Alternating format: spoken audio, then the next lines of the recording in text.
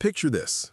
The rain-soaked streets of Detroit's Corktown district glisten under the amber glow of streetlights, each droplet catching the light like scattered diamonds on asphalt. The storm that has been brewing all evening finally unleashes its fury, turning the upscale neighborhood into a watercolor painting of blurred lights and shadowed doorways. And cutting through this urban tapestry is a sleek black sedan, its windshield wipers beating a steady rhythm against the relentless downpour. Behind the wheel sits Dr. Vanessa Washington, a woman whose calm exterior masks the weight of secrets that could topple governments and the scars of missions that never made headlines. Before we jump back in, tell us where you're tuning in from, and if this story touches you, make sure you're subscribed, because tomorrow I've saved something extra special for you. The leather seats still carry the faint scent of foreign airports and hotel rooms, reminders of the classified operation she just completed in Eastern Europe.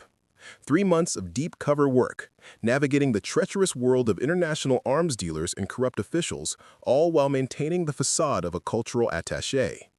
Her hands, steady on the steering wheel, are the same hands that had disarmed a terrorist cell just 72 hours ago.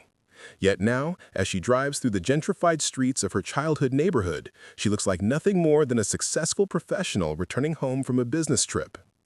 Vanessa's dark eyes scan the familiar yet transformed landscape.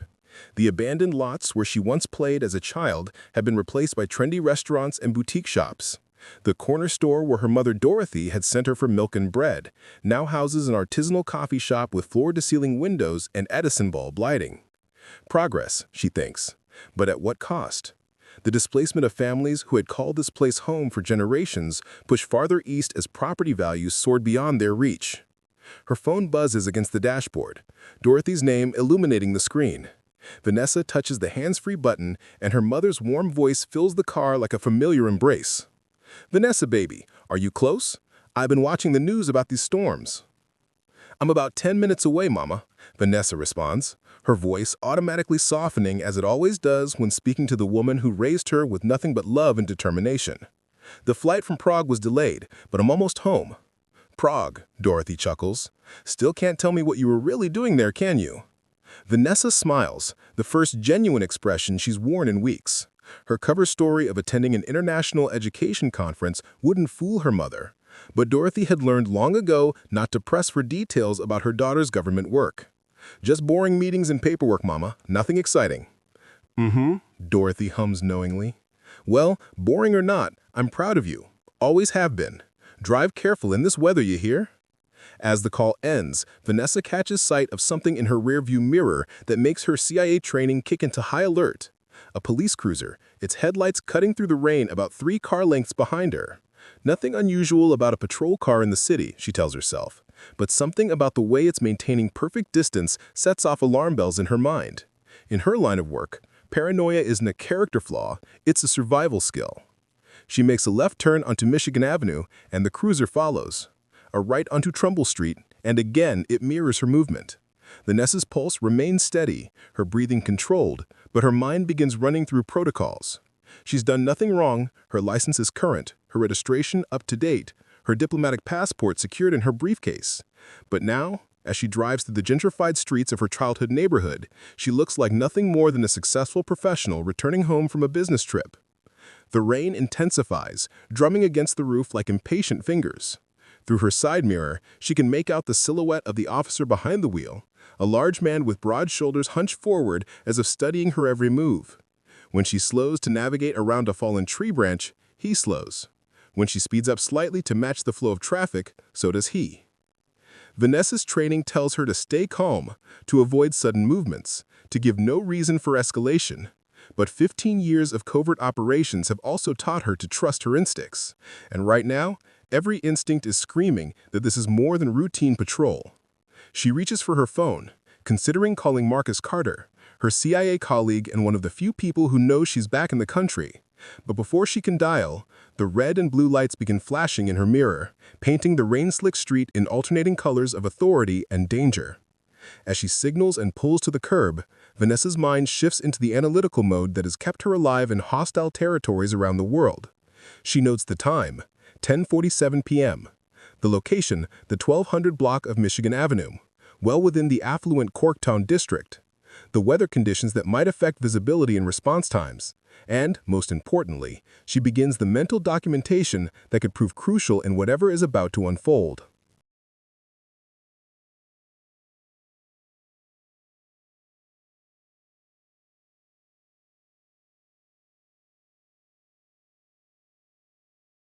I'm Grace Harper, 29 years old, and I will never forget the moment I stepped onto the Davidson ranch for my wedding rehearsal weekend.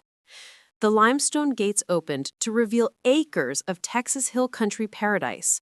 Rolling hills dotted with live oaks, a sprawling mansion that looked like something from a magazine, and the promise of finally belonging to a family after losing my mother. My hands trembled as I clutched the steering wheel, not from fear, but from hope. I was wrong to hope. Before we jump back in, tell us where you're tuning in from, and if this story touches you, make sure you're subscribed, because tomorrow I've saved something extra special for you. Mark met me at the circular driveway, his arms wrapping around me before I'd even stepped out of my beat-up Honda. "You made it," he whispered against my hair, but there was something tight in his voice. Nervous. I pulled back to study his face, the face I'd fallen for 2 years ago when he'd shown up at my Gulf research station, this wealthy oil heir who actually cared about coral reefs. His green eyes wouldn't quite meet mine. "Mark, what's wrong?" "Nothing," he said too quickly. "Just family stuff. Come on, everyone's waiting." The mansion's interior took my breath away. Vaulted ceilings, art that probably cost more than my PhD. Floors so polished I could see my reflection. My reflection looked small, out of place. A marine biologist in cargo pants surrounded by wealth I'd never understand. I'd told myself it didn't matter, that Mark loved me for who I was, not what I wasn't. But standing there, I felt every dollar of the difference between us. Dr. Helen Price appeared at the top of the grand staircase like a queen surveying her kingdom, Mark's mother. She descended with perfect posture, her silver hair swept into an elegant twist, her cream suit probably worth more than my car. Her smile was warm, but her eyes were calculating. I'd met her twice before, both times in restaurants where she'd interviewed me like a job candidate. This was different. This was her territory. "Grace, darling." She took my hands, her grip firm and cold. "Welcome to the family." The words sounded right, but something in her tone made my skin prickle. "I hope you'll be comfortable here. We've prepared the blue guest suite for you." "Thank you, Dr. Price. It's beautiful." "Helen, please. We're family now." She released my hands and turned to Mark. "Darling, your Dubai flight leaves in 3 hours. Did you pack?" My stomach dropped. "Dubai? Mark, what—" "Emergency meeting with investors," he said, his jaw tight. "I tried to get out of it, Grace. I'm so sorry. I'll be back in time for the ceremony. I promise." I wanted to argue, to point out that our wedding rehearsal was happening without the groom, but Dr. Price's presence pressed down like atmospheric pressure before a storm. This was a test. Don't make waves. Don't embarrass Mark. I forced a smile. "It's fine. We'll manage."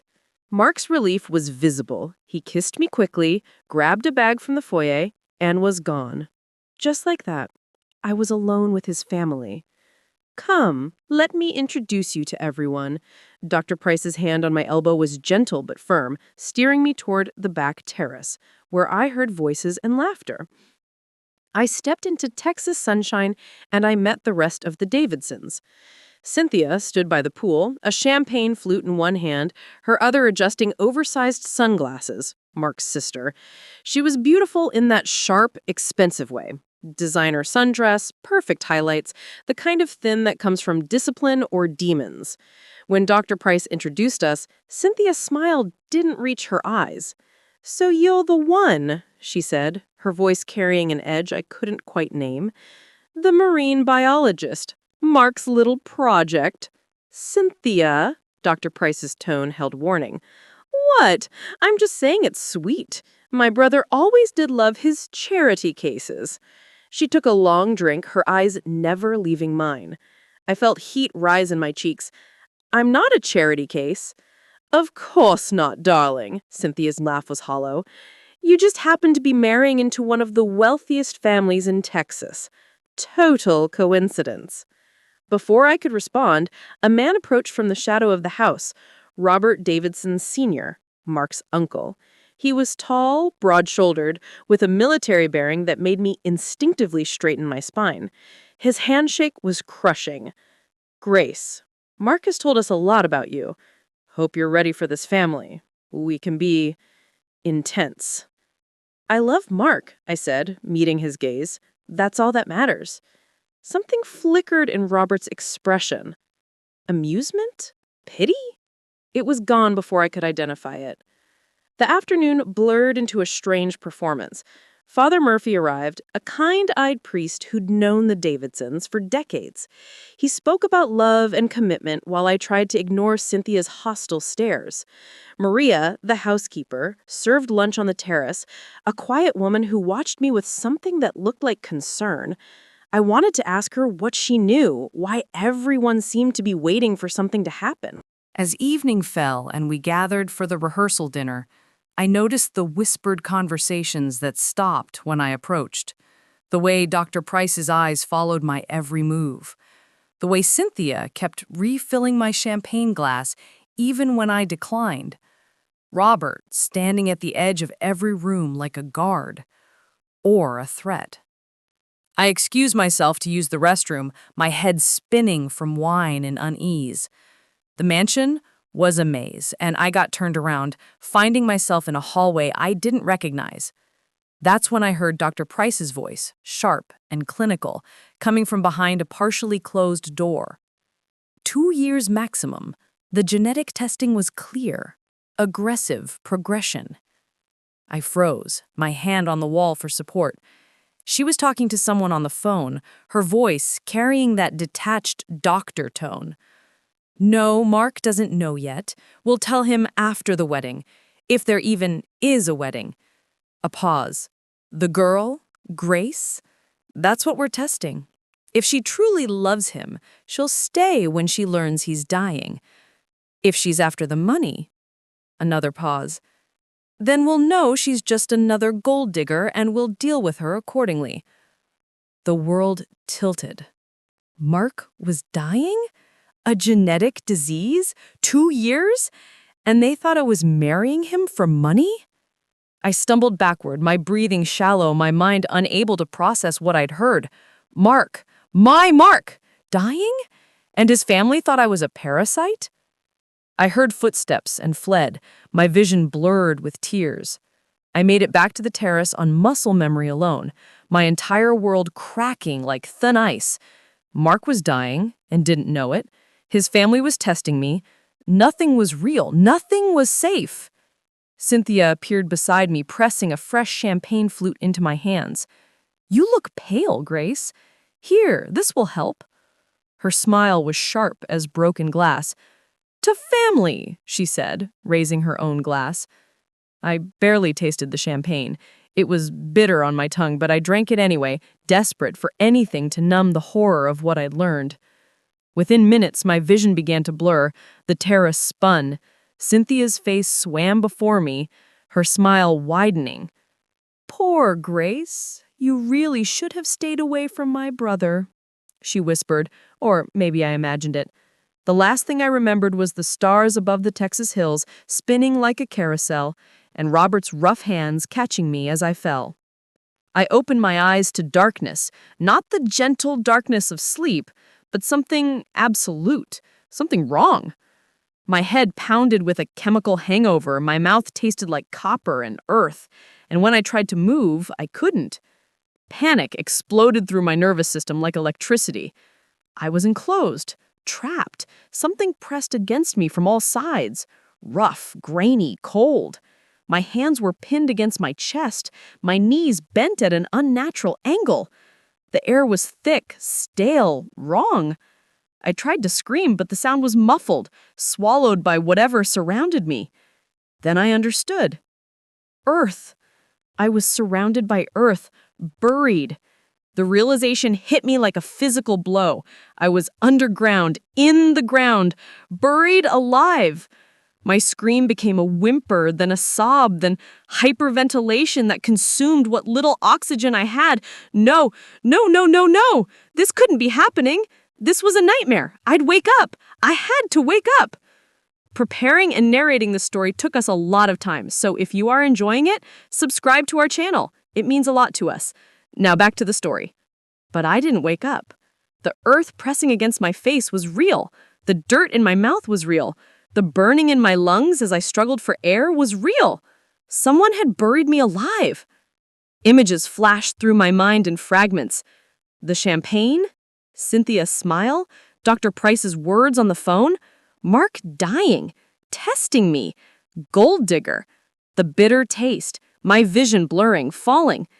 This was deliberate. They'd drugged me. They'd buried me. Mark's family had tried to kill me. The panic threatened to consume me entirely. I wanted to claw, to scream, to thrash until something broke. Me or the earth, I didn't care. But some distant part of my brain, the scientist in me who had spent years studying marine ecosystems and oxygen conservation, kicked in. Panic equals death. Control your breathing, conserve oxygen. Think. I forced my breathing to slow, each inhale measured, each exhale controlled. My marine biology training came back in pieces. Trapped divers, oxygen management, problem solving under pressure. I was maybe 3 feet of earth, maybe less. The soil felt loose, recently disturbed. If I could just... I flexed my fingers, testing. There was give, not much, but some. They'd buried me in a hurry. Or maybe, God, the thought made me sick. Maybe they'd meant this was to be temporary. Dr. Price's words echoed, "We'll deal with her accordingly." Had this been the plan? Bury me for 30 minutes to scare me? To test whether I'd still want Mark after experiencing his family's darkness? But Cynthia's face swam in my memory. That cruel smile. The extra dose in my champagne. I remembered her whisper, "You really should have stayed away from my brother." This wasn't a test. Cynthia had tried to actually kill me. Rage cut through the panic like a knife. They drugged me, buried me, left me to suffocate in the Texas dirt like trash because they thought I wanted Mark's money, because I was in their way, because they could. I began to dig. My fingers, numb and clumsy at first, found the earth above my face. I pushed, scraped, clawed. Dirt filled my mouth. I spat and dug. My fingernails caught and tore. I didn't care. Up! I had to go up. My mother's voice echoed in my memory. "Harper women don't quit, Grace. We fight." I'd thought of that voice when she lay dying, when cancer took her, piece by piece.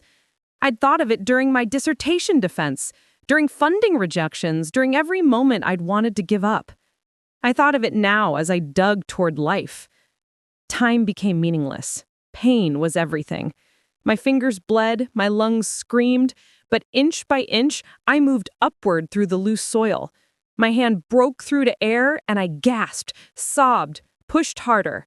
My other hand, my face, fresh air, sweet and pure, filled my lungs as I pulled myself from my own grave like something being born.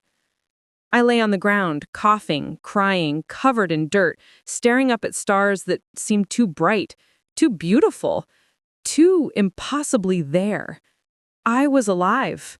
Against everything, I was alive. The world came back in pieces. Night sounds, crickets, wind through grass, the smell of earth and my own fear. Distance lights from the mansion, still glowing with party warmth. They'd buried me at the edge of the property, far from the house, far from help. How long had I been under? Hours? Minutes? My phone buzzed nearby, and I crawled toward it on hands and knees. 3% battery. 2:47 a.m. I'd been in that grave for nearly 6 hours. 6 hours while Mark's family partied, believing I was dead or dying beneath their property. My hand shook so badly I could barely unlock the screen. I had one call, one chance. I didn't call 911. I didn't call Mark. I called the one person I knew would believe me without question, who owed me a debt I'd never intended to collect. Daniel Cooper, the lawyer whose niece I'd pulled from a riptide 3 years ago. He answered on the second ring, his voice rough with sleep. Grace, do you know what time? They buried me alive. My voice was hoarse, breaking. Mark's family. They drugged me and buried me alive, and I need you. Silence. Then, where are you? Davidson Ranch, Hill Country. I don't know the exact. I know it. Stay on the line. I'm coming. Grace, stay on the line. My phone died as he spoke.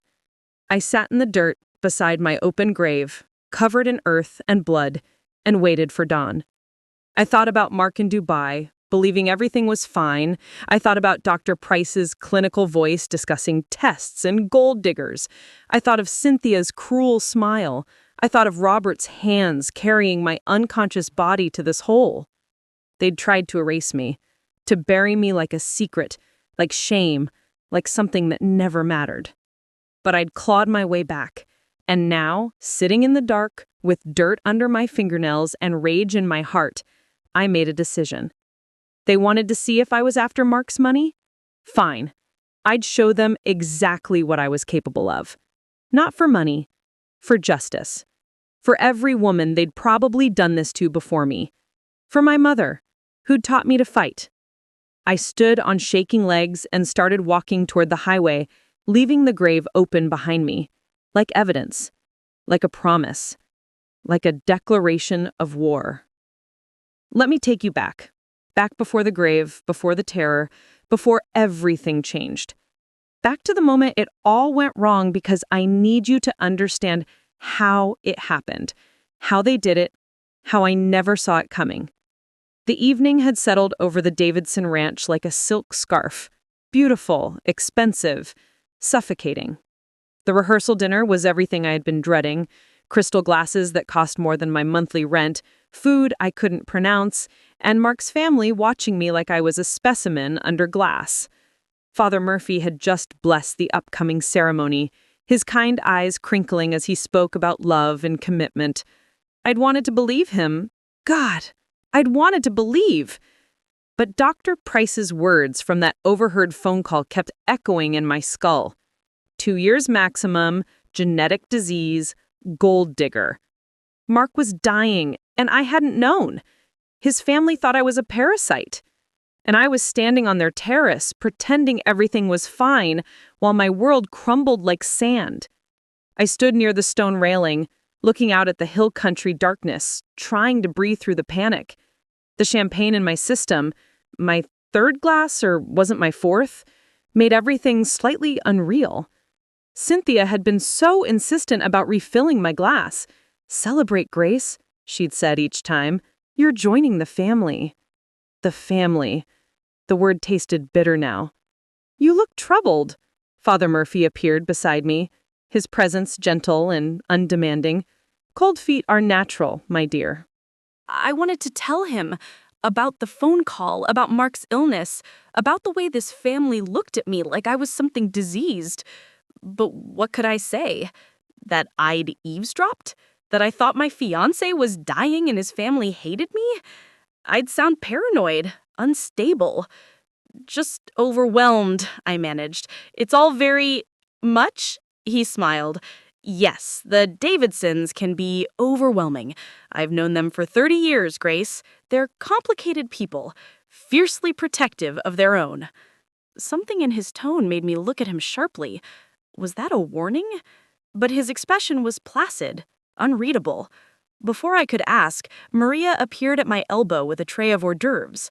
"Ms. Harper, you should eat something," she said quietly. Her dark eyes held mine for a moment too long, and I caught something there. Fear? Concern? "Please, eat something." I took a cracker I didn't want, and Maria melted back into the house. I watched her go, wondering what she knew, what everyone knew that I didn't. "Grace!" Cynthia's voice cut through my thoughts. She appeared beside me, another champagne flute in hand, her smile bright and sharp. "There you are! Come on, let's get you a fresh drink. That one looks warm." "I'm fine, really. Don't be silly." She plucked the glass from my hand before I could protest. "We're celebrating. You're marrying my brother. The least we can do is keep you properly liquored up. Her laugh had a manic edge to it. I followed her to the outdoor bar area, away from the main group. Dr. Price was deep in conversation with Robert across the terrace, their heads bent together in that way that suggested secrets. Father Murphy had moved to speak with other guests. I was alone with Cynthia for the first time all evening. You know, she said, her back to me as she made the drinks, I had a boyfriend once who looked just like you. Like me? Well, not physically, but the same energy. That earnest, save the world thing. Thought he was better than us because he didn't care about money. She turned, pressing the fresh glass into my hands. Turns out, everyone cares about money eventually. There was something in her voice. Pain, maybe? Or rage poorly disguised as boredom. I remembered what Mark had told me. Cynthia had been in and out of treatment facilities since her teens. Eating disorders, addiction, a suicide attempt at 19. Dr. Price had covered it all up, bought the silence, made it disappear. Just like they tried to make Mark's other girlfriends disappear. The thought sent ice down my spine. Cynthia, can I ask you something? Sure, she raised her own glass. To family.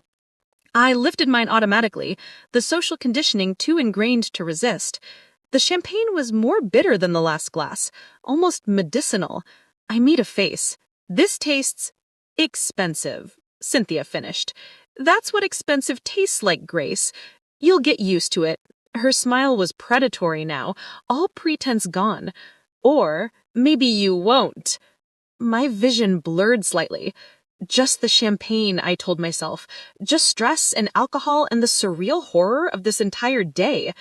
But Cynthia's face swam before me, her features sharpening and softening like something seen through water. You okay? She asked.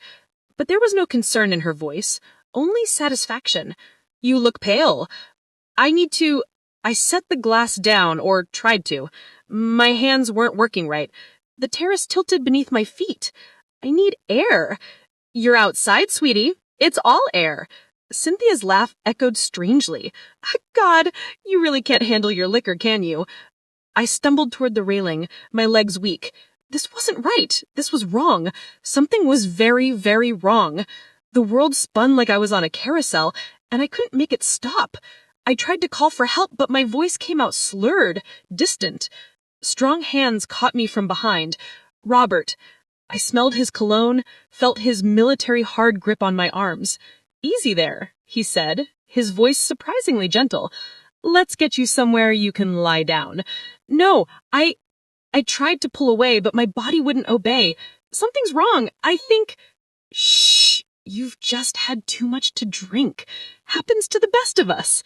He was steering me away from the party, away from the lights, toward the dark gardens. We'll get you sorted out. Through my drugged haze, I saw Cynthia watching us go, that satisfied smile still on her face. I saw Dr. Price turn, see us, and not once before returning to her conversation. I saw Father Murphy frown in our direction, then look away as if he hadn't seen anything at all. Maria stood in the doorway of the house, her hand over her mouth, her eyes wide with horror. I tried to scream, tried to fight. But the drugs, because that's what they were, I understood now. Cynthia had drugged me, had stolen my strength. The garden path blurred beneath my feet. Robert's grip never wavered. Why? I managed to whisper. Nothing personal, and he might have even meant it. Dr. Price's orders. You'll understand soon enough, or you won't. Either way, it won't matter. I'm going to tell you what it's really like to be buried alive. Not the Hollywood version, not the sanitized story, the truth. The darkness was absolute. That's the first thing you need to understand. Not dark like a room at night. Dark like the inside of your own skull. Dark like death. And the weight. God, the weight. Earth pressing down on every inch of my body, squeezing my chest so each breath was a battle I wasn't sure I'd win. My first reaction was animal panic, pure, mindless terror that overrode every rational thought. I thrashed like a drowning person, which only made things worse. Dirt filled my mouth, my nose. I choked on the earth that was supposed to be my grave. My screams were swallowed by tons of soil, and the silence that answered back was the most terrifying sound I'd ever heard. I was going to die here, alone, under the Texas dirt, because Mark's family thought I wanted his money? That thought, that specific crystalline thought, cut through the panic like a scalpel. They did this. Cynthia's champagne, Dr. Price's test, Robert's hands carrying me into darkness. They'd buried me alive to see if I was worthy, to see if I truly loved Mark or just his fortune. Rage replaced fear, and rage saved my life. I forced myself to stop thrashing, to think. My mother's voice echoed in my memory from when I was 12, caught in a riptide off Galveston. Don't fight the ocean, Grace. Think your way through it. I'd made it to shore that day by remembering that panic drowns you faster than water. The same was true now. Panic would consume my oxygen faster than suffocation. I took inventory. My hands were pressed against my chest, fingers curled. There was maybe 3 inches of space above my face, enough to turn my head slightly. The soil felt loose, recently disturbed. They'd been in a hurry. Or maybe they'd planned to dig me out after 30 minutes. Maybe this was supposed to be temporary horror, not permanent death. But Cynthia's face swam in my memory, that satisfied smile, the extra bitterness in my champagne. She'd gone off script. She'd tried to actually kill me because she couldn't bear the thought of Mark loving someone the way he'd never loved her. And now, sitting in that 24-hour diner at 3 a.m., covered in dirt, waiting for Daniel, I understood something crucial. The Davidson family's wealth had made them believe they were gods, that they could orchestrate life and death, that they could bury people who inconvenienced them. They'd buried the wrong woman. Daniel's headlights cut through the diner's window, and I watched him and an Asian woman step out of his truck. He saw me through the glass, dirt-caked, hollow-eyed, transformed, and his face went hard with rage. They came through the door, and Daniel knelt in front of my booth without a word. He didn't ask if I was okay. He didn't say he was sorry. He just looked at me with the eyes of someone who understood injustice intimately, who'd spent his career fighting the powerful and losing, and he said, "Tell me everything, and then we're going to bury them." I started talking.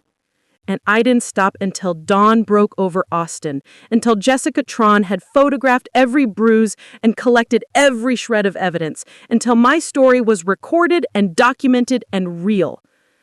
The Davidson family had buried me to test my love. Now, I would bury them to prove my strength. I pulled myself from that grave, covered in earth and blood, and emerged into a world that seemed impossibly beautiful. Stars, wind, the smell of juniper and sage. I was alive. Against everything they'd done, I was alive. I lay on the ground beside the open grave for a long time, my body shaking with shock and adrenaline.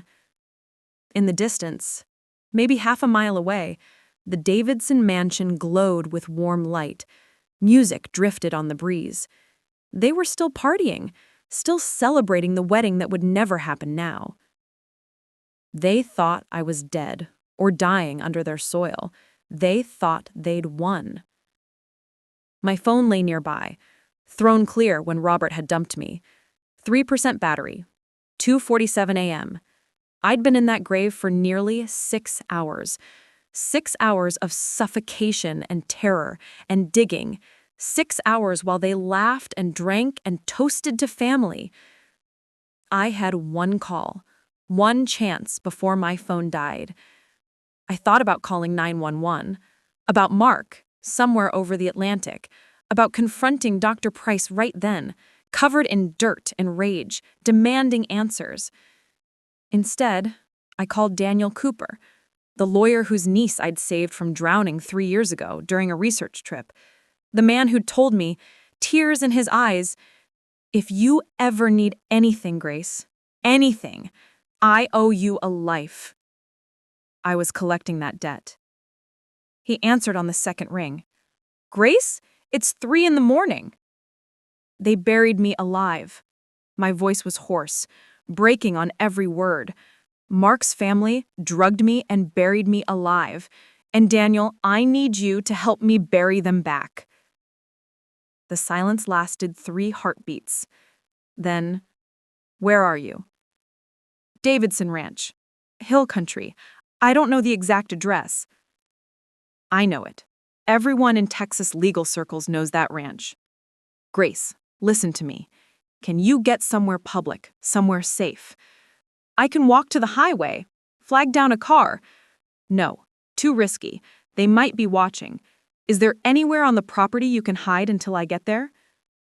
I looked around at the dark landscape. "There's an equipment barn near the front gate. I can see it from here." "Go there. Stay hidden. I'm 2 hours away, but I'm coming. And Grace," his voice dropped to something hard and cold, "don't call the police yet. We're going to do this right. We're going to bury these people so deep they'll never see daylight again." My phone died as he spoke. I stood on shaking legs, looked one last time at the grave I'd clawed my way out of, and started walking. Every step hurt. My body was one massive bruise, my fingers bleeding, my lungs aching. But I was alive. And I was angry. Behind me, I left the grave open. Let them find it. Let them see the evidence of what they'd done. Let them realize their victim had survived. I made it to the equipment barn as the first hint of dawn touched the eastern sky. Hidden in the darkness between tractors and hay bales, covered in dirt and blood, I waited for my lawyer to arrive. And I planned my revenge.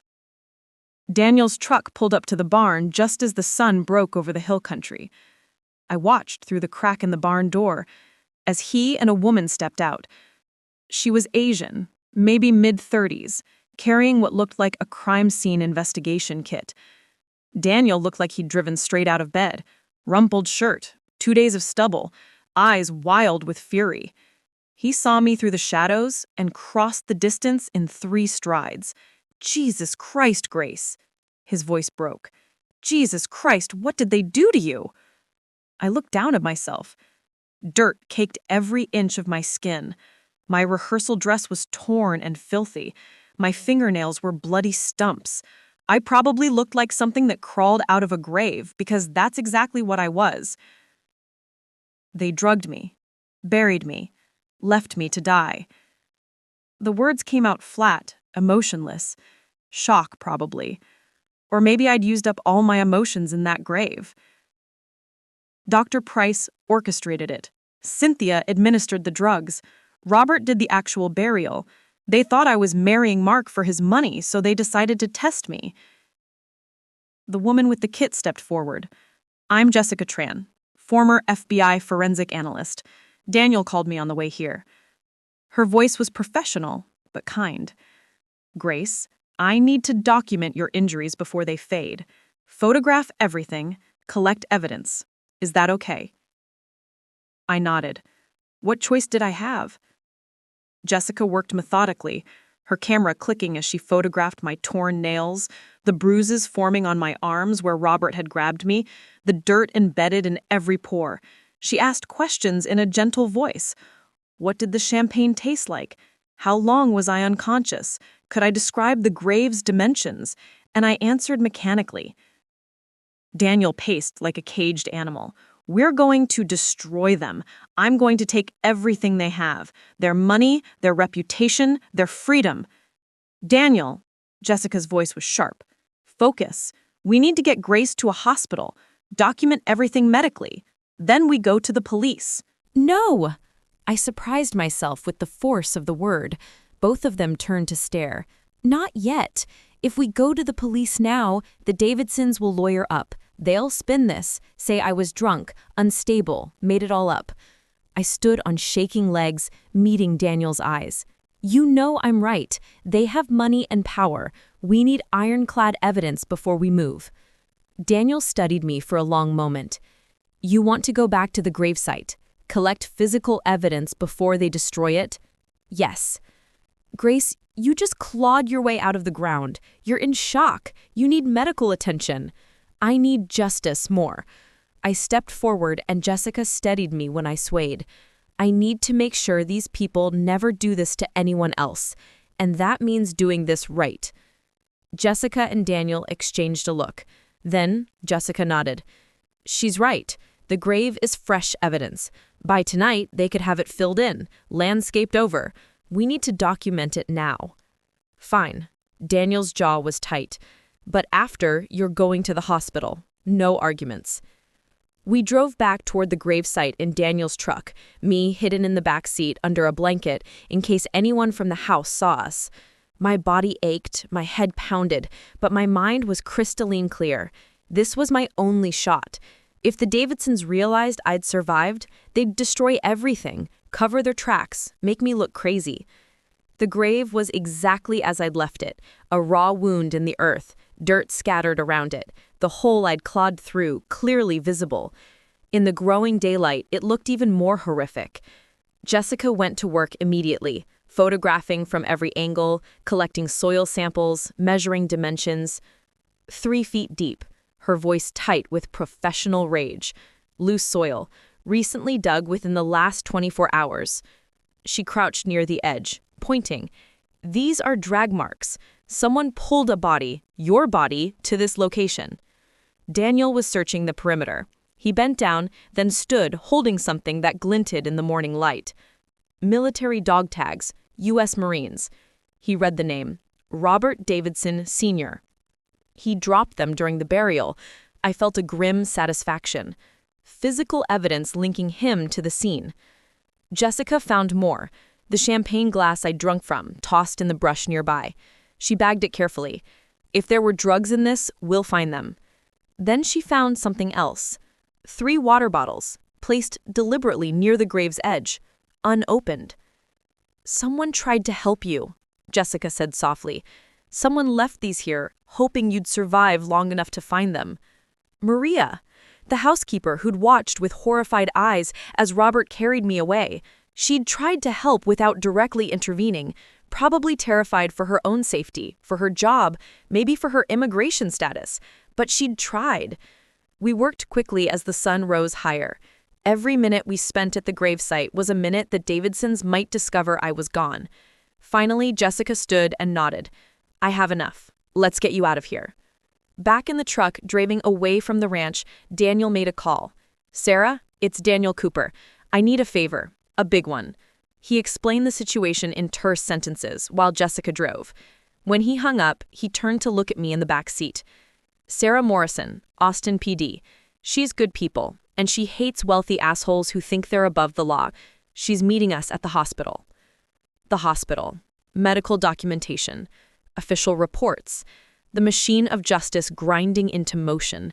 I leaned back against the seat, every muscle in my body screaming, and let myself feel the weight of what had happened. What was still happening. Mark was somewhere over the Atlantic, believing everything was fine, believing his family had welcomed me, believing in love. He had no idea his mother had tried to bury his fiancée alive. The hospital emergency room was fluorescent bright and antiseptic clean. A nurse took one look at me, dirt-caked, bleeding, hollow-eyed, and moved me to a private examination room immediately. Daniel and Jessica waited outside while a doctor who introduced herself as Dr. Patel examined me with gentle efficiency. Tell me what happened, she said, cleaning the wounds on my hands. I told her. Every detail. The drugging, the burial, the hours underground. She listened without interrupting, her face growing progressively more horrified. When she finished, she was quiet for a long moment. I'm going to run a full toxicology panel, document every injury. This will be admissible in court. She met my eyes. Grace, you understand what you're alleging. The Davidson family. They're one of the most powerful families in Texas. I understand, and I have evidence. She nodded slowly. Then let's make sure your medical records are impeccable. Detective Sarah Morrison arrived as I was being discharged. She was in her 40s, stocky and solid, with sharp eyes that missed nothing. She looked at me, at Daniel, at the evidence Jessica had collected, and her expression hardened. Walk me through it, from the beginning. We found an empty conference room. I told my story again while Morrison recorded on her phone. When I described the overheard conversation about Mark's supposed terminal illness, her eyebrows rose. They told you your fiancé was dying? I overheard Dr. Price on the phone. She said 2 years maximum, genetic disease. She was discussing whether I'd stay with Mark after learning he was terminal. And you believe this was a test? I know it was a test. They wanted to see if I truly loved him or was just after money. They planned to bury me for 30 minutes as some kind of psychological loyalty test, but Cynthia went rogue. She gave me too much of whatever drug she used, buried me deeper than planned. She tried to actually kill me. Morrison was quiet, processing. Then she looked at Jessica. You have the physical evidence? Jessica opened her kit. The champagne glass in its evidence bag, soil samples, photographs of the grave, Robert's dog tags, medical records showing the drugs in my system. It was damning. This is enough for search warrants, Morrison said. We'll get forensics on that champagne glass, match the soil samples, document everything. But Grace, I need to be honest with you. The Davidsons have lawyers, expensive ones. They'll claim you were drunk, hallucinating, that this was some kind of misunderstanding. Then we need more, Daniel leaned forward. We need witnesses, people who saw what happened. The housekeeper, I said suddenly, Maria Santos. She saw Robert carry me away. She left those water bottles near the grave. And Father Murphy, he was at the party. He might have seen Cynthia drug me. Morrison nodded slowly. If we can get them to testify. They won't, I said. Maria's probably undocumented. The Davidsons use that as leverage. And Father Murphy, he's been their family priest for decades. He won't break confidentiality. Then we make them want to testify. Daniel's voice was hard. We offer Maria immigration protection. We put pressure on Father Murphy's conscience. We find every person who has ever been victimized by this family, and we build a pattern. Morrison studied him. You're talking about a major investigation against one of the wealthiest families in the state. The political pressure will be immense. Can you handle it? She smiled, and it wasn't friendly. Detective for 20 years. Watched rich people skate on charges my entire career. This is my chance to prove money doesn't protect you from attempted murder. She stood. I'm in. Let's destroy them. We spent the rest of the day building the case. Morrison ran background checks on the Davidson family and found sealed records, suspicious NDAs, patterns of behavior that suggested this wasn't their first time dealing with problems.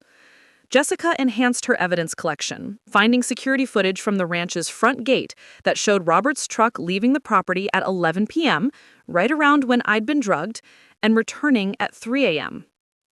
Daniel made calls, tracking down Mark's previous girlfriends. 2 had signed NDAs, 1 refused to talk, but one name kept coming up, Victoria Chen, an architect in San Francisco who had been engaged to Mark 5 years ago. The engagement had ended suddenly, and she'd received a substantial settlement. If the Davidsons have done this before, Daniel said, she'll know. She'll have evidence. Will she talk? I asked. She will if she knows you survived what they did to you. She will if she knows she's not alone anymore. My phone buzzed. Mark. 12 missed calls, 3 voicemails. He'd landed in Austin, gone to the ranch, found chaos, found the grave. His messages escalated from confusion to panic to horror. Grace, please call me. Mom says you ran away, but there's a grave on the property. There's police tape. Grace, what the hell is happening? Please, God, please be alive. Please call me. I stared at the phone. Part of me wanted to call him, to hear his voice, to believe he was innocent in all this. But I couldn't. Not yet. Not until I knew the truth about everything. He doesn't know, I said quietly. Mark genuinely has no idea what his family did. Daniel's expression was grim. That doesn't absolve him. He let them control his life. He let them destroy his relationships. His ignorance is willful. Maybe, or maybe Mark was another victim of the Davidson family's psychological warfare. I didn't know anymore. The man I loved felt like a stranger now, connected to people who'd tried to murder me. Morrison's phone rang. She answered, listened, and her face went hard. "You're sure?" "Run it again." She hung up and looked at us. Toxicology came back on the champagne glass. Rohypnol. Enough to sedate a person for 6 to 8 hours, maybe longer, depending on body weight and metabolism. "That's what Cynthia used," I breathed. "That's why I couldn't fight back." It's also illegal as hell. Possession with intent to use is a felony. Administration without consent is assault. Combined with the burial, Morrison's smile was sharp. We have them. We actually have them. For the first time since clawing my way out of that grave, I felt something besides fear and rage. I felt hope. Small and fragile, but real. "What happens now?" I asked. Morrison stood. Now we go after witnesses. We build an unbreakable case, and then we arrest the Davidson family for attempted murder. Daniel met my eyes. "Are you ready for this? Once we start, there's no going back. Your life will never be the same." I thought about the grave, about Cynthia's smile, about Dr. Price's cold calculations, about Mark's desperate voicemails, still believing his family was innocent, about my mother, who taught me that Harper women don't quit. "I'm ready," I said. "Let's bury them." Daniel found Victoria Chen 3 days after I crawled out of my grave. She lived in San Francisco now, a successful architect with a corner office and a life she'd built from the ashes of what the Davidsons had destroyed. When Daniel called her, she hung up. When he called again, she threatened legal action. When he mentioned my name and what had happened to me, she went silent for a full minute. Then she said, "They buried you?" "Alive," Daniel confirmed. 3 feet of Texas dirt. She clawed her way out after 6 hours. Another silence. Then, "I'm flying to Austin tonight." She arrived at Daniel's office the next morning. I was there, still moving carefully because my body was one massive bruise, still jumping at shadows because my nervous system hadn't gotten the message that I was safe. Victoria walked in, saw me, and her face crumpled. "Oh God, you actually survived." We sat across from each other in Daniel's conference room. 2 women who'd loved Mark Davidson, 2 women his family had tried to destroy. Victoria was elegant even in her distress, her architect's precision evident in every gesture, but her hands shook when she reached for the water Daniel offered. "Tell me what they did to you," I said quietly. She closed her eyes. 5 years ago, I was engaged to Mark. We were planning a wedding. His family seemed wary, but not hostile, not at first. She opened her eyes and I saw old pain there. 3 weeks before the wedding, I was kidnapped. My breath caught. Kidnapped? 2 men grabbed me outside my office, threw me in a van, blindfolded me, drove for hours. They took me to an abandoned warehouse and tied me to a chair. Her voice was flat, mechanical, the voice of someone who'd told the story to therapists, to herself, trying to make sense of it. They called Mark, demanded ransom, $5 million for my safe return. "Jesus," Daniel breathed. I was terrified. I thought I was going to die, but I tried to stay calm. I talked to them, tried to negotiate, tried to understand what they wanted. She met my eyes. That was my mistake. I'd tried to negotiate instead of just trusting Mark would pay anything to get me back. Understanding dawned cold in my stomach. It was a test. It was a test, she confirmed. After 6 hours, Dr. Price herself walked into that warehouse. She untied me, told me the kidnappers were actors, told me it had all been staged to see if I truly loved Mark or if I'd try to save myself first. Her laugh was bitter. Apparently, a woman who truly loves her man doesn't negotiate with kidnappers. She just has faith he'll rescue her. "That's insane," I said. "That's the Davidson family." Victoria took a shaky breath. I was so angry, so violated. I confronted Mark. He was horrified, said he'd know nothing about it. But he also defended his mother, said she was just protecting him, said I should understand that wealthy families have to be careful. "He chose them over you." "He did.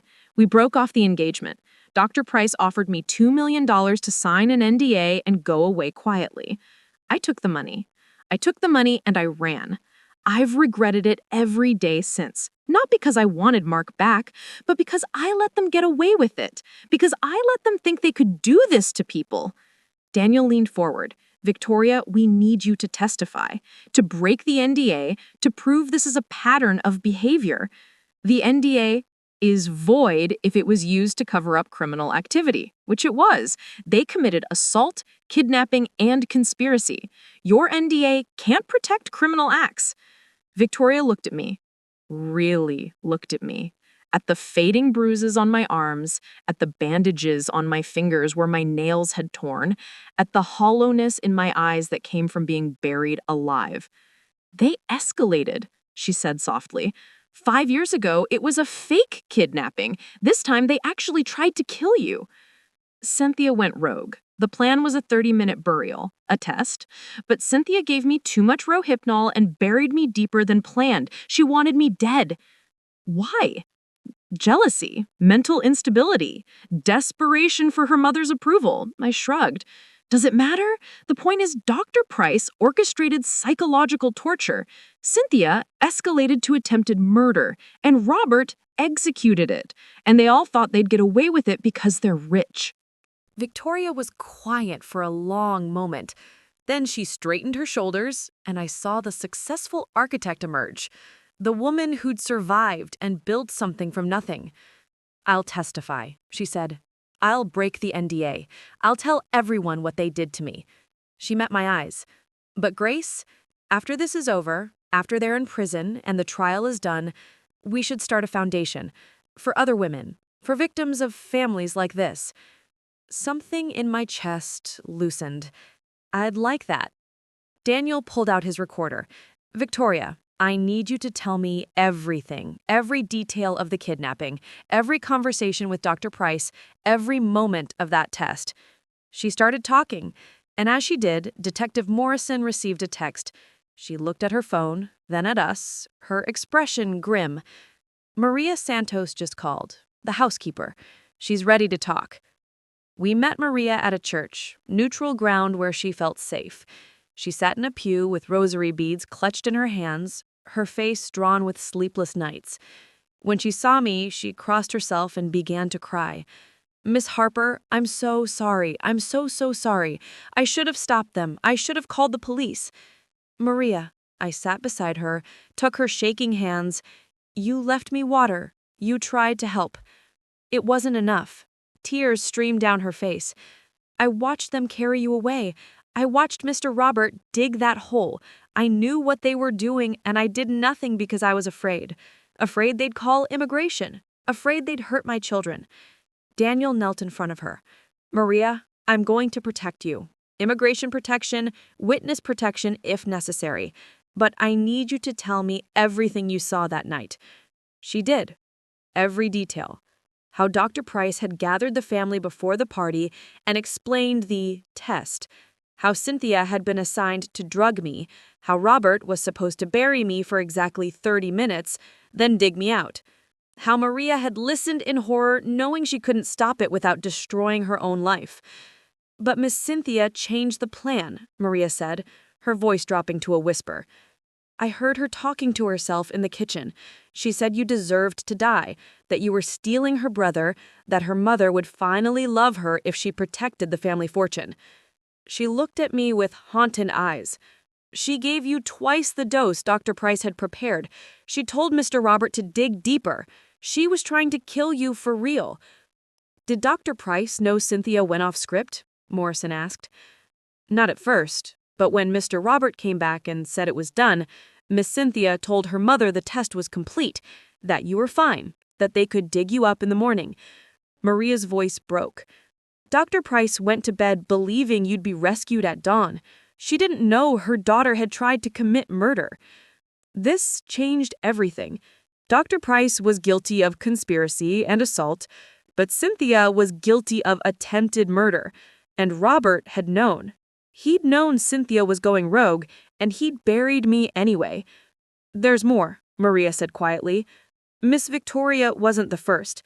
There have been others other girlfriends, other tests. Most of them failed and took money to stay quiet. But one woman refused the money. She threatened to go to the press. What happened to her? I asked, though I dreaded the answer. Maria's face went gray. She died. Car accident, 6 years ago. Single car crash on the highway near the ranch. Police said she was drunk. She wasn't drunk. She was terrified. And the Davidsons, they have ways of making problems disappear. The room went silent. We'd thought we were investigating attempted murder. We might be looking at actual murder. Detective Morrison stood, her face hard as stone. Maria, I need you to come to the station. Official statement, everything you just told us, on record. My children will be protected. I have your word. Morrison looked at Daniel. Get her an immigration lawyer, best one you know, and start digging into that car accident from 6 years ago. As Maria left with Morrison, Victoria turned to me. This family is worse than I thought. Grace, they're not just testing women, they're eliminating threats. Then we eliminate them first. We take everything, their freedom, their money, their power. We make sure they never hurt anyone again. Daniel nodded slowly. We have 2 witnesses now, physical evidence, medical records, a pattern of abuse spanning years, maybe decades. He looked at me. Grace, it's time. We have enough to make arrests. Do it, I said. Arrest them all. Detective Morrison planned the arrests like a military operation. We do this publicly, she said, spreading photos across the conference table. The Davidsons are hosting a charity gala tomorrow night. 500 of Austin's elite. Black tie, cameras everywhere. You want to arrest them at their own party? Daniel's grin was wolfish. I want to arrest them in front of everyone they've ever tried to impress. I want their peers to see them in handcuffs. I want it on every news channel in Texas. Morrison's eyes were hard.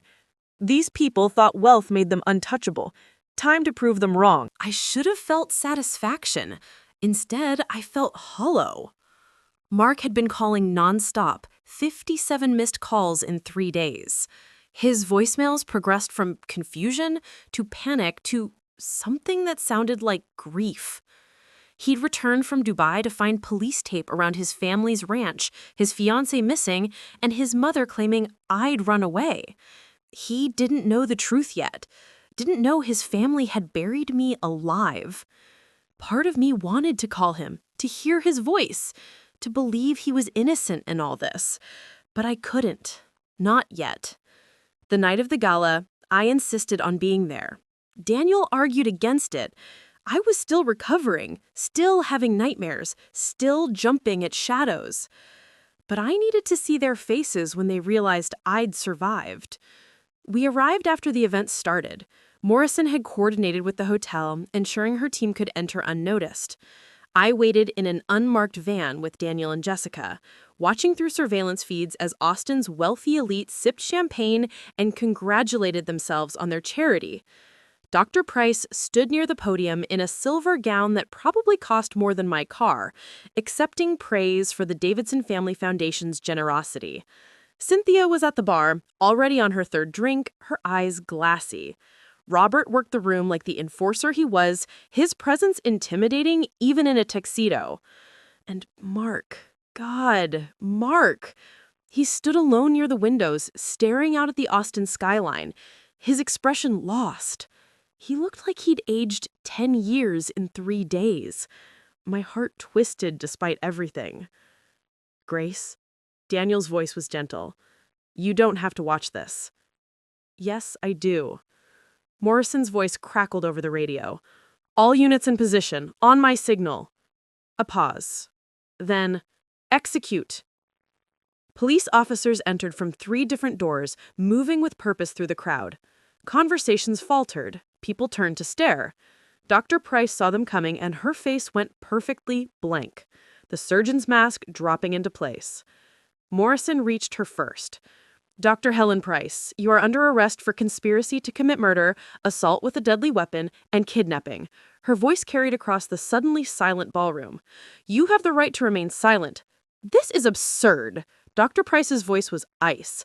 I don't know what you think We have witnesses, we have evidence, we have the grave you buried Grace Harper in. Morrison pulled out handcuffs, and someone in the crowd gasped. Hands behind your back, now! The room erupted. Cameras flashed, people pulled out phones. Dr. Price's lawyer materialized from the crowd, already threatening lawsuits, but Morrison ignored him. She cuffed Dr. Price with efficient precision while two other officers moved towards Cynthia. Cynthia saw them coming and bolted. She made it 3 steps before an officer caught her arm. She screamed, thrashed, knocked over a champagne tower. It took 3 officers to restrain her while she shrieked about how I deserved it, how I was stealing her brother, how her mother would finally love her now. The crowd watched in horror as Cynthia was dragged away, still screaming. Robert didn't run. He stood perfectly still as officers approached, his military training evident in his rigid posture. When they read his rights, he said nothing, just stared straight ahead as they cuffed him. Mark pushed through the crowd, his face white with shock. What the hell is happening? Mom, what are they talking about? A grave? Dr. Price met his eyes. Even in handcuffs, she tried to maintain control. It's a misunderstanding, darling. That girl, Grace, she's unstable. She made up stories. Made up stories? Morrison's voice cut across the room. Is this a story? She held up her phone, showing crime scene photos of the grave, of my torn fingernails, of Robert's dog tags found at the burial site. Mark stared at the photos, at the grave, at his mother's face. Understanding dawned slowly, horribly. No, you didn't. Mom, tell me you didn't. It was a test, Dr. Price said, and even now, even in handcuffs, she sounded justified. To see if she truly loved him. We were going to rescue her. It was supposed to be 30 minutes. Cynthia went too far, but the intention was pure. You buried her alive? Mark's voice cracked. You drugged my fiancé and buried her alive as a test? To protect you, to protect our family from another gold digger. She saved my life, Mark shouted through the ballroom. Grace pulled me out of a riptide 2 years ago. She almost drowned saving me. She's the most genuine person I've ever met. And you... He couldn't finish. He stumbled backwards, his hand over his mouth, looking like he might be sick. Dr. Price was led away, still trying to explain, still trying to justify. Cynthia's screams faded down the hallway. Robert went silently, his face a mask. The gala dissolved into chaos, guests fleeing, reporters swarming, lawyers shouting, and Mark stood alone in the middle of it all, his entire world collapsing. I watched from the van as he pulled out his phone and dialed. My phone buzzed in my pocket. I looked at the screen. Mark. Call 58. Grace, don't. Daniel started. I answered. Grace. Mark's voice was raw with tears. Grace, please tell me you're alive. Please. I'm alive. A sob. Where are you? I need to see you. I need to explain. There is nothing to explain, Mark. Your family tried to kill me. I didn't know. I swear to God I didn't know. They sent me to Dubai. They planned it all while I was gone. Grace, please, you have to believe me. Do I? My voice was colder than I'd intended. You've let them control your entire life. Every relationship you've ever had, they've destroyed. Victoria told me about her test. Maria told me about the others. How many women, Mark? How many women have suffered because you were too weak to stand up to your mother? Silence. Then, quietly. I didn't know about the tests. I knew they drove girlfriends away, but I thought it was just family tension, normal stuff. Normal? I laughed, and it sounded broken, even to my own ears. Mark, your mother fabricated a terminal illness. She told me you were dying. She used your death, your fake death, as a weapon. What? The genetic disease. 2 years to live? I overheard her on the phone. She was testing whether I'd stay with you if you were dying. I took a shaky breath. There is no disease, is there? You're not dying. Another long silence. Then, no, I'm not dying. Grace, I don't understand what... Your mother made it up, the whole thing, to test me. And when she passed that test by staying engaged despite thinking you'd die, she escalated. She decided I needed a final test, 30 minutes in a grave to see if I'd still want to marry into your family after experiencing their darkness. My voice broke. But your sister decided I should just die instead? Grace, I clawed my way out of the ground, Mark. For 6 hours, I dug through dirt with my bare hands because I wanted to live, because I thought we had something real. Tears were streaming down my face now. But it was never real. Your family made sure of that. Come see me, please. Let me explain. Let me make this right. There is no making this right. I wiped my eyes angrily. Your mother, your sister, your uncle, they're going to prison. The trial starts in 2 weeks. I'm testifying against all of them. Then I'll testify too. Mark's voice was firm now, determined. Against my own family. I'll tell the truth about everything. About how my mother controlled my life. About the other girlfriends. Everything. I was quiet for a long moment. Why? Because I love you. Because they're wrong. Because... His voice cracked again. Because you almost died because of me. And I can't live with that. I can't be the person who let his family destroy someone he loves. I don't know if I can forgive you, Mark. I know. But let me try to earn it. Let me stand up to them for once in my life. I looked at Daniel. He was watching me with concern, ready to take the phone if I needed him to. I looked at Jessica, who documented every bruise, every injury. I looked at the surveillance feed showing Mark alone in that ballroom surrounded by his family's destruction. If you testify, I said slowly, you'll lose everything. Your inheritance, your family name. Your mother will never forgive you. Good, Mark said, because I'll never forgive her for what she did to you. The Austin courthouse was a circus. News vans lined the streets. Reporters shouted questions at anyone who entered. The trial of the decade, they called it. Wealthy oil dynasty accused of attempted murder. It had everything. Money, power, a woman buried alive, family betrayal. I sat in the witness waiting room with Daniel, my hands shaking despite the medication my therapist had prescribed for anxiety. PTSD, she had diagnosed. Nightmares every night. Panic attacks in enclosed spaces, hypervigilance. The grave had left marks deeper than the ones on my fingers. You don't have to do this, Daniel said for the 100th time. We have enough evidence. Victoria's testimony, Maria's testimony, the forensics. I need to do this. I met his eyes. I need to face them. The courtroom was packed when I entered. I saw Dr. Price at the defense table, perfectly composed in a navy suit, flanked by 3 expensive lawyers. Cynthia sat beside her, medicated and subdued, dark circles under her eyes. Robert was at a separate table. His lawyer had negotiated a plea deal in exchange for testimony against Dr. Price and Cynthia. And Mark. Mark sat in the gallery behind me, in the row reserved for prosecution witnesses. When I walked past, he reached out as if to touch my hand, then pulled back. Our eyes met for one brief moment. His were full of regret and something that looked like love. Mine were full of questions I didn't know how to answer. The prosecutor, a woman named Sarah Chen, who specialized in cases against the wealthy, stood to call me to the stand. I walked to the witness box on legs that threatened to buckle, raised my right hand, swore to tell the truth. And then I told my story. I told them about meeting Mark, about falling in love, about being excited to join his family. I told them about the wedding rehearsal weekend, about the champagne, about Cynthia's cruel smile. I told them about waking in darkness, about the weight of earth, about the terror of suffocation. My voice broke when I described digging upward with bleeding fingers. Several jurors looked away. One woman was crying. Dr. Price's face remained impassive, but I saw her lawyer lean over to whisper urgently. Miss Harper, Sarah Chen said gently, why do you believe the defendant targeted you? She thought I was marrying Mark for his money. She wanted to test whether I truly loved him. I met Dr. Price's eyes.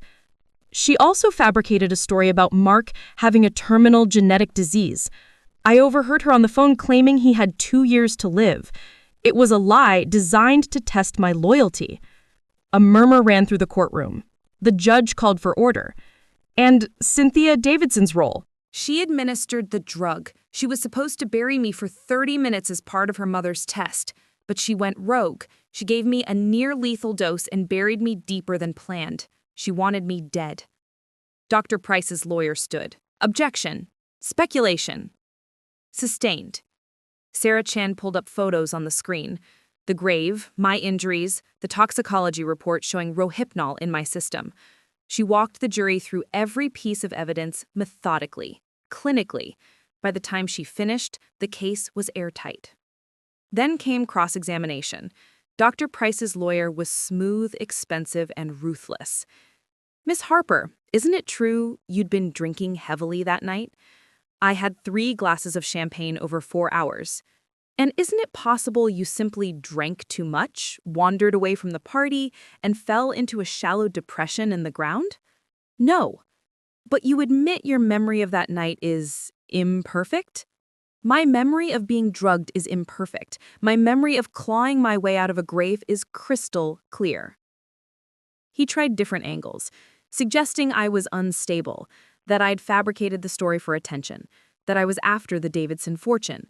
But every attack fell flat against the physical evidence. You can't fake rohypnol in your blood. You can't fake dirt embedded under your fingernails. You can't fake the security footage showing Robert's truck leaving the property at the exact time I was drugged. When I stepped down, Mark was called to the stand. The courtroom went silent. Mark walked to the witness box, looking like he hadn't slept in weeks. His mother stared at him with cold fury. Cynthia wouldn't meet his eyes. Mr. Davidson, Sarah Chen began, tell us about your family's history with your romantic relationships. Mark took a deep breath. Then he started talking. He told them about Victoria's fake kidnapping 5 years ago, about how his mother had orchestrated it, hired actors, traumatized the woman he'd loved, about how he'd been too weak to stand up to his mother, too conditioned to her control to see how wrong it was. He told them about other girlfriends, 4 in total, who'd faced tests ranging from staged emergencies to elaborate psychological manipulation. All had failed in Dr. Price's eyes. All had been paid off and sent away. And Grace, Sarah Chen asked. Grace was different, Mark's voice cracked.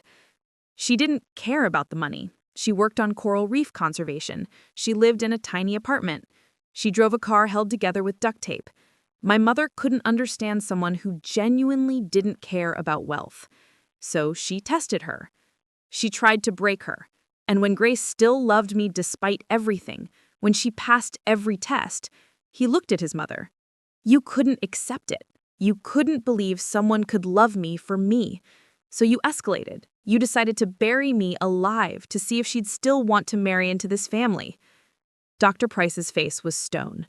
But I saw something flicker in her eyes. Pain, maybe. Or regret. Too little, too late. Mr. Davidson, by testifying today, you're aware you'll likely lose your inheritance. I don't care about the money, Mark said.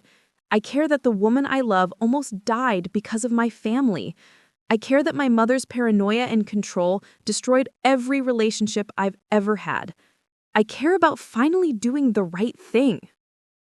The trial lasted 3 more days. Victoria testified about her kidnapping. Maria testified about watching them bury me. Father Murphy, looking years older, testified about the conversations he'd overheard. Ben Torres, the ranch hand, testified about being coerced into helping dig the grave. The forensic evidence was devastating. Jessica Tran walked the jury through every detail. The soil samples matching the grave, the rohypnol in my system, Robert's dog tags found at the burial site, the security footage, and the text messages between Robert and Cynthia discussing the plan. Robert took the stand as part of his plea deal and confirmed everything. Yes, Dr. Price had ordered the burial. Yes, it was supposed to be temporary. Yes, Cynthia had gone rogue and tried to actually kill me. His testimony, cold and clinical, sealed their fate. When the prosecution rested, the defense tried to argue that Dr. Price had genuinely believed she was protecting her son, that her intentions had been good even if her methods were wrong, that Cynthia's mental illness should be considered. The jury didn't buy it. After 4 hours of deliberation, they returned with their verdict. Dr. Helen Price, guilty of conspiracy to commit murder, assault with a deadly weapon, kidnapping, 15 years in prison. Cynthia Davidson, guilty of attempted murder, assault with a deadly weapon, administering drugs without consent, 20 years in prison. Robert Davidson Sr., as part of his plea deal, 12 years in prison. When the verdict was read, Dr. Price finally broke. She stood, her face crumbling, and looked at Mark. "I was protecting you," she said, her voice raw. "Everything I did was to protect you."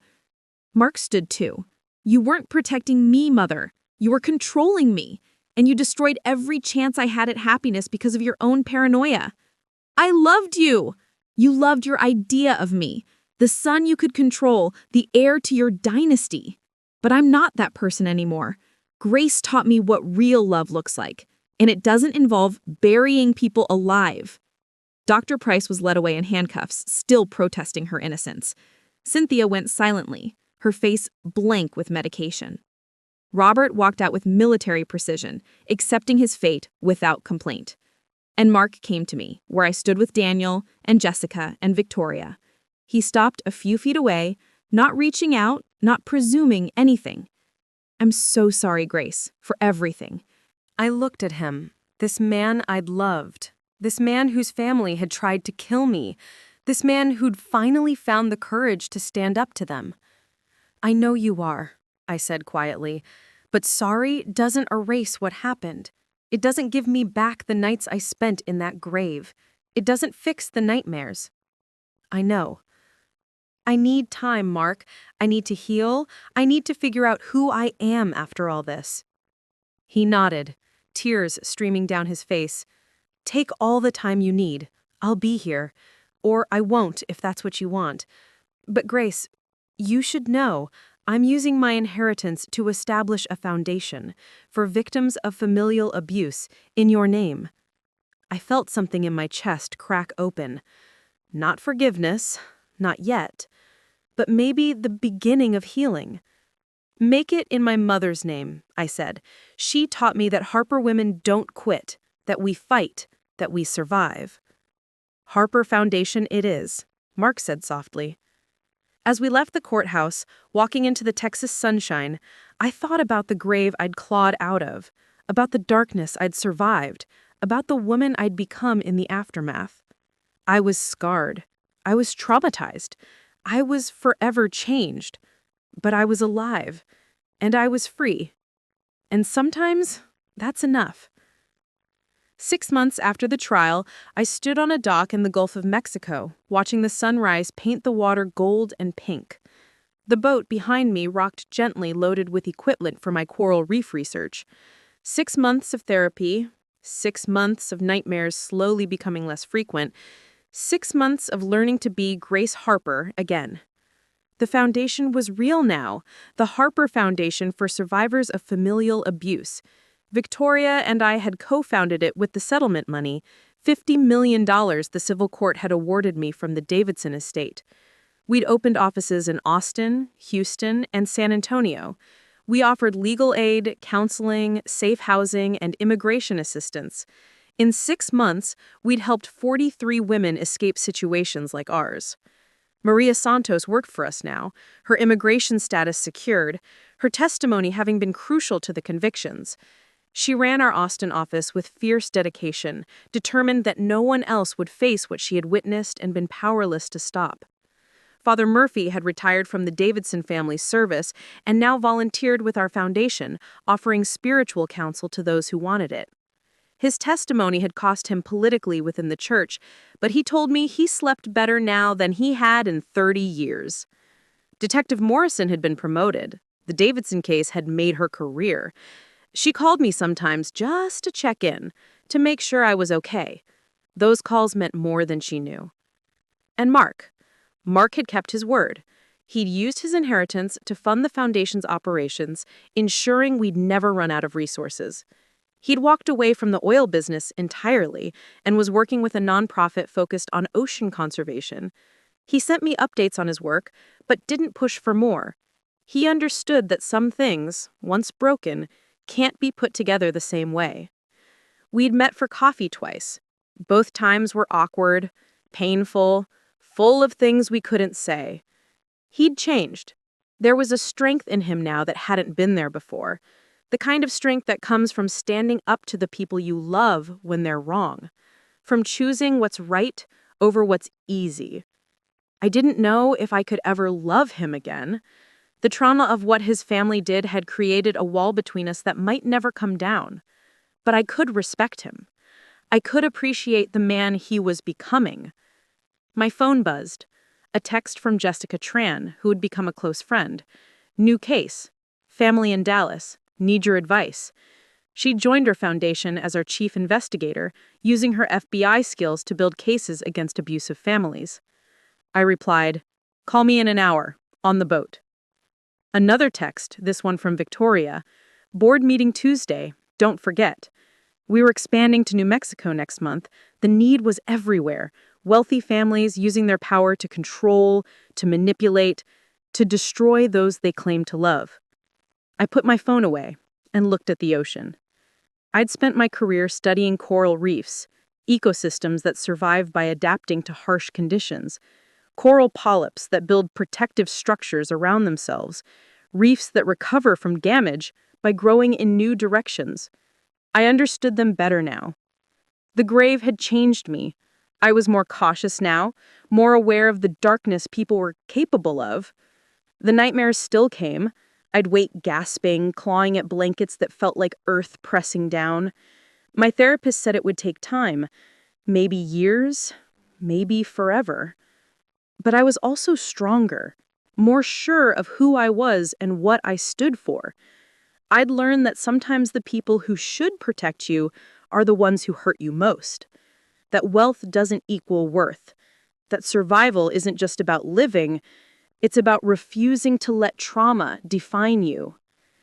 Dr. Price is in a federal prison in West Texas. I received a letter from her 2 months ago.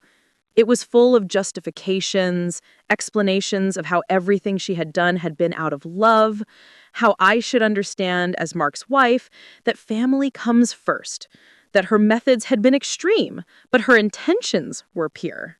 I'd burned the letter. Some people never learn, never change, never understand that love without respect is just control with a prettier name. Cynthia was in a psychiatric facility within the prison system. Her mental health had deteriorated further after sentencing. Part of me felt sorry for her. She'd been a victim of Dr. Price's control too, molded into something toxic and desperate. But sympathy didn't erase what she'd done, didn't give me back the 6 hours I'd spent clawing through dirt, thinking I was going to die. Robert was model prisoner, I'd heard, serving his time quietly, accepting his punishment. His military disciplines serving him even in incarceration. I started the boat's engine. Time to get to work. I had reef surveys to complete, data to collect, ecosystems to study and protect. This was who I was. Not a victim, not a survivor, but a scientist. A woman who understood that life adapts, that destruction creates space for new growth, that even in the darkest depths, something finds a way to thrive. As I steered toward the reef site, I thought about the question I'd asked in the courtroom 6 months ago. The question that had started everything. Would you make them pay, or give them a chance to make things right? I'd made them pay. 15 years, 20 years, 12 years. Justice served cold and final. But more importantly, I'd given myself a chance to heal, to rebuild, to create something meaningful from the ashes of trauma. The Harper Foundation would help hundreds, maybe thousands of people escape situations like mine. That was worth more than revenge. That was transformation. The sun rose higher, burning away the morning mist. The Gulf stretched endlessly before me, full of life I couldn't see from the surface. Beautiful and dangerous. Worth studying, worth protecting, worth diving into despite the risks. I took a deep breath of salt air and smiled. A real smile, Not forced, not fake. For the first time in 6 months, I felt something other than anger or fear or grief. I felt hope. They'd tried to bury me. They'd drugged me, carried me into darkness, covered me with earth, and left me to suffocate. They thought I would die there, a problem solved, a threat eliminated. But I'd clawed my way back to the surface, back to the light, back to myself. Some people think being buried alive is about the darkness, about the weight of earth pressing down. But I learned it's actually about the moment you break through, about that first breath of air after thinking you'd never breathe again, about realizing that you're stronger than everything that tried to destroy you. I'd been buried alive at 29 years old. At 30, I was finally learning how to live. The boat cut through the water, carrying me toward the reef, toward the work I was building from the wreckage of what almost was. Behind me, the dock grew smaller. The land where I'd almost been buried faded into the distance. I didn't look back. Harper women don't quit, my mother had taught me. We fight. We survive. We thrive. I was living proof. The Harper Foundation Gala was held at a hotel in Austin, 3 blocks from the courthouse where justice had been served. 500 people filled the ballroom. Donors, volunteers, survivors, advocates.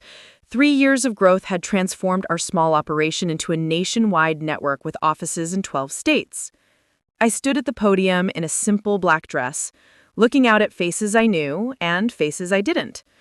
Victoria sat in the front row, beaming with pride. Maria was beside her, tissues in hand, already crying. Jessica and Detective Morrison sat together, laughing at some private joke. Daniel was at a table with his family. His niece, the girl I'd saved from drowning all those years ago, now in college, and volunteering with the foundation. And Mark. Mark sat alone at a table in the back. We'd remained friendly but distant. He dated sometimes, I heard. So did I. But we weren't together. Maybe we never would be. Some loves don't survive the darkness they're dragged through. But we'd built something good from the ashes. That counted for something. 3 years ago, I began, my voice carrying across the room, I was buried alive by people who thought wealth gave them the right to destroy anyone who inconvenienced them. Tonight we celebrate 3 years of ensuring that never happens to anyone else. 3 years of fighting back. 3 years of survivors supporting survivors. The room erupted in applause. I saw survivors I'd worked with, women who'd escaped controlling families, manipulative partners, psychological warfare disguised as love. They were teachers now, lawyers, artists, mothers. They were thriving. We've helped over 500 people in 3 years. 500 people who found the courage to speak up, to fight back, to refuse to be buried by those who should have loved them. More applause. I caught Mark's eye across the room. He smiled, sad and proud and full of regret. I smiled back. We'd never be what we almost were, but we'd created something more important than romance. We'd created change. After the speeches and the dinner and the donations, I slipped outside to the hotel terrace. The Austin skyline glittered against the night sky. Somewhere out there, Dr. Price sat in a prison cell. Cynthia was in her psychiatric facility. Robert served his time with military precision. And I was here, free, alive, making a difference. Grace? A voice behind me. Mark. Can I join you? I nodded. He stood beside me at the railing, both of us looking at the city lights. You've done amazing things, he said quietly. The foundation, your research, everything. I'm proud of you. We did it together. Your funding made it possible. Money's easy. You did the hard part. The healing, the building, the transforming pain into purpose. He turned to look at me. Do you ever think about what might have been? If my family had just accepted you? I considered it. Sometimes. But mostly I'm grateful for who I became instead. The woman who fought her way out of that grave isn't the woman who walked into it. I'm stronger now, more sure of myself. I know what I'm capable of surviving. Do you still have nightmares? Sometimes. Less than before. Therapy helps. I met his eyes. I'm okay, Mark. Really okay. Not just surviving, but actually living. I'm glad. He smiled. I'm seeing someone, a teacher. She's kind and she thinks my family drama is appropriately horrifying. No tests, no games, just normal, healthy relationship stuff. I'm happy for you. And you? Anyone special? I thought of the marine biologist I'd been dating for 3 months. Someone who understood my work, my passion, my trauma. Someone patient with my nightmares and my need for space. Maybe. We'll see. We stood in comfortable silence, watching the city. 2 people who'd loved each other once, who'd been torn apart by darkness, who'd found their separate ways back to the light. Thank you, Mark said finally, for everything, for fighting back, for building the foundation, for showing me what real strength looks like. Thank you for finally standing up to them, for choosing what was right. He nodded. I should get back inside. But Grace, I want you to know you saved my life too. Not from drowning, but from becoming like them, from thinking their way of living was normal.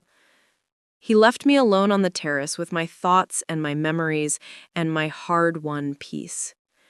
I looked up at the stars, the same stars I'd seen when I'd clawed my way out of my grave. They looked different now, less frightening, more like promises of light in the darkness. I'd been buried alive at 29. At 32, I'd learned that survival was just the beginning. Thriving was the goal, and I was getting there, one day at a time. I went back inside to the gala, to the survivors and the advocates and the people fighting to make sure no one else was buried by those who claimed to love them. This was my life now, my purpose, my future, and it was enough. It was more than enough. It was everything. Up next, you've got 2 more standout stories right on your screen. If this one hit the mark, you won't want to pass these up. Just click and check them out. And don't forget to subscribe and turn on the notification bell so you don't miss any upload from us.